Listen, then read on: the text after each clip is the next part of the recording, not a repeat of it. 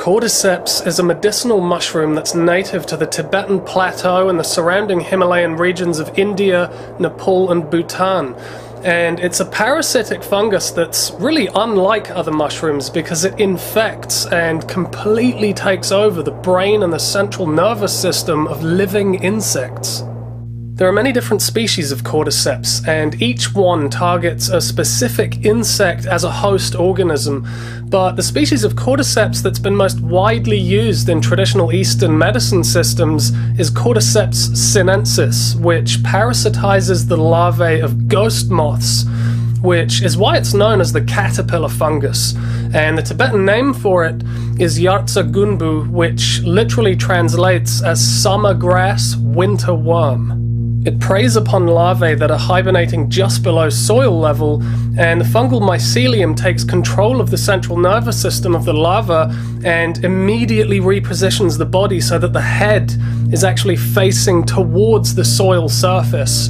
And this means that when the reproductive fruiting body of the mushroom is produced, it can penetrate the soil and extend upwards into the air above, releasing all of its spores that are going to be carried and dispersed very far and wide by alpine winds.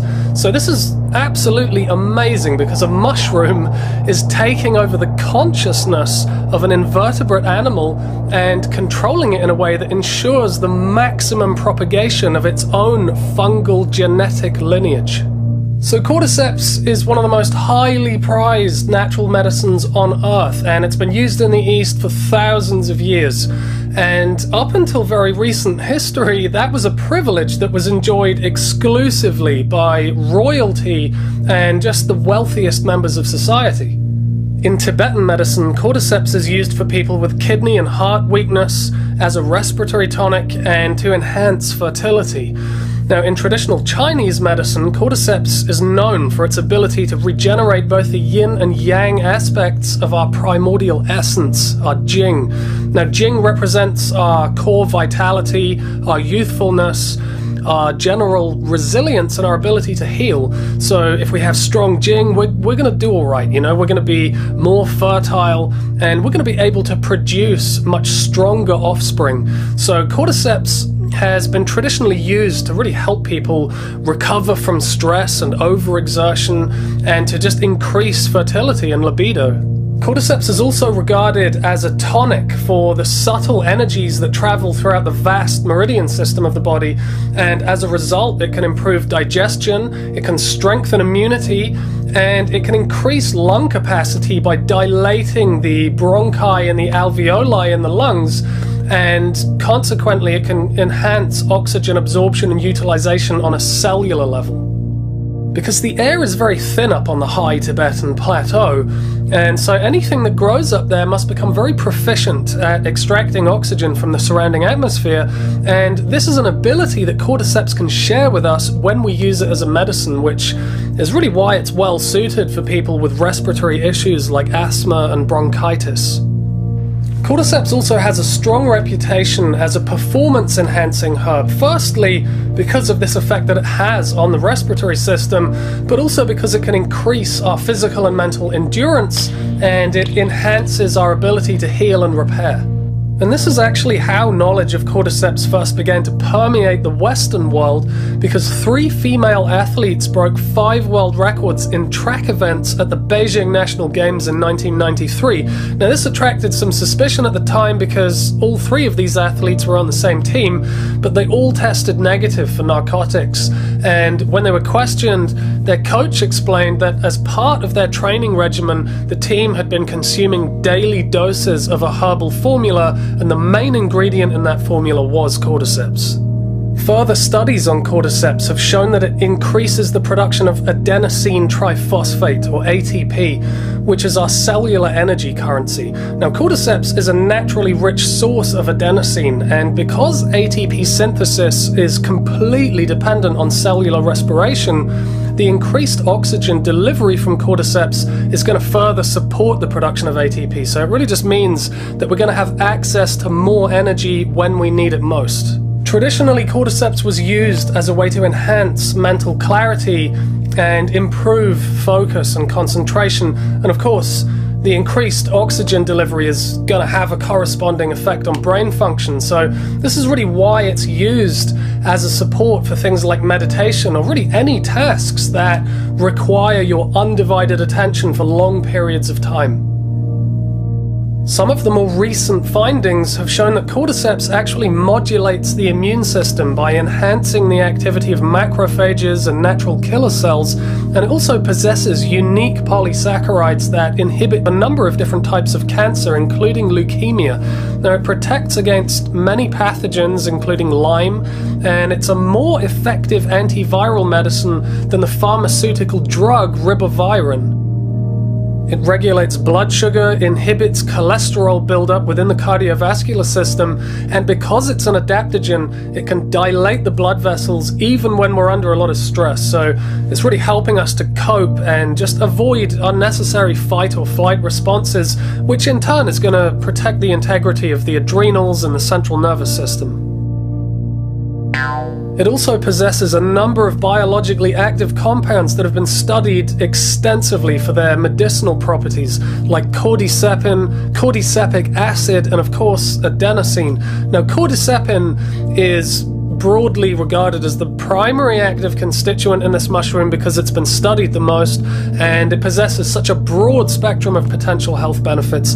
But it has to be said, when we isolate cordycepin, it has proven to be generally less effective than consuming the whole fungus and, you know, the multitude of other compounds and nutrients that are in the whole fungus. So this really suggests that there is definitely some kind of synergistic activity between all the various constituents within cordyceps. So, you know, nature generally knows best, and when we isolate something and we take it out of context, it isn't always going to behave the same way.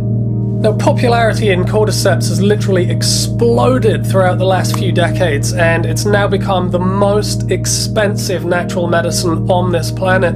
And, you know, it fetches like tens of thousands of US dollars per kilo, which is absolutely mental. So, you know, wild cordyceps is now just completely unaffordable to almost everybody.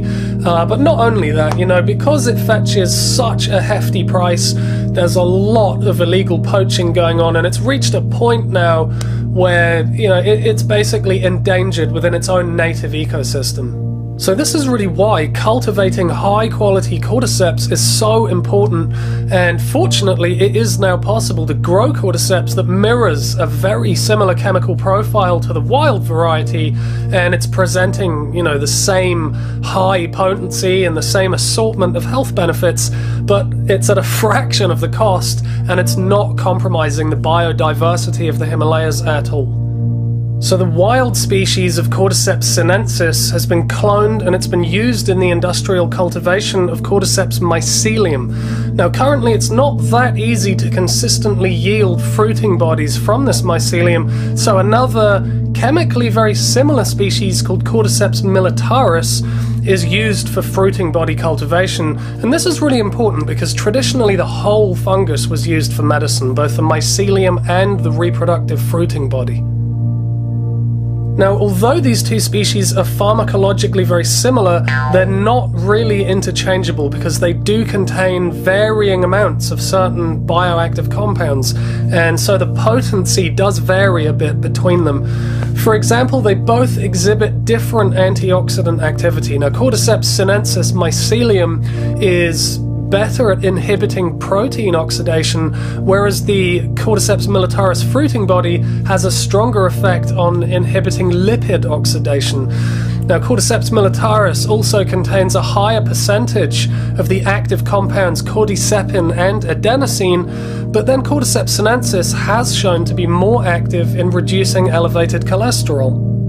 So both species and both parts of this mushroom share many of the same medicinal compounds and, you know, the respective health benefits that come with that, but in different quantities and, you know, different potencies.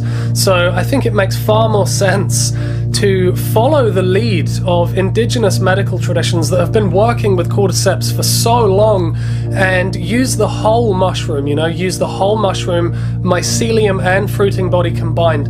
And since cultivation of cordyceps is the sane and logical way forwards, we should be, I think, combining Cordyceps militaris and Cordyceps sinensis together for optimal benefit. Now, Cordyceps sinensis mycelium, when it's cultivated via liquid fermentation, it yields the best quality product that is generally free from contaminants, it's free from excipients, and it's high in potency. And Cordyceps militaris, the fruiting body, that can be grown either as a vegan product or it can be grown to mimic the way that it grows in the wild using insect larvae. So this is what's going to produce a mushroom product containing B12, whereas the vegan method isn't going to have that.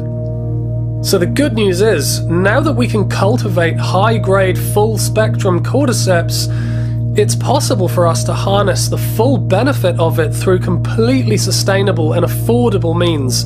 So that's really, really good news. You know, this is a formidable ancient medicine that can offer genuine support to us in these really demanding and highly stressful times that we're living in.